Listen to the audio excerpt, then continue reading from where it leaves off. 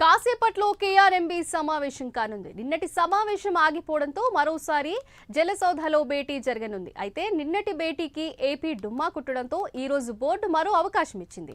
AP అధికారులు గైహాజరుపై తెలంగాణ అధికారులు ఆగ్రహం వ్యక్తం చేస్తున్నారు. కేఆర్ఎంబీపై ఏపీకి గౌరవం లేదా అంటూ ప్రశ్నలు సంధించింది.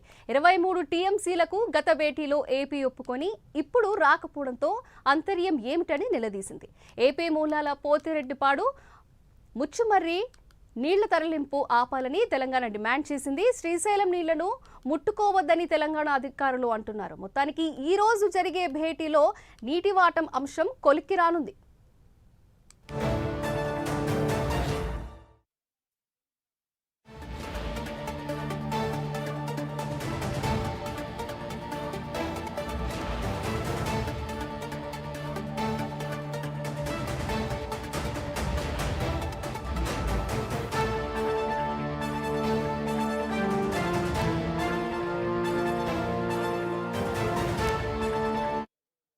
కాసేపట్లో కేఆర్ఎంబీ సమావేశం కానుంది. నిన్నటి సమావేశం ఆగిపోవడంతో మరోసారి జలసౌధలో భేటీ జరగనుంది.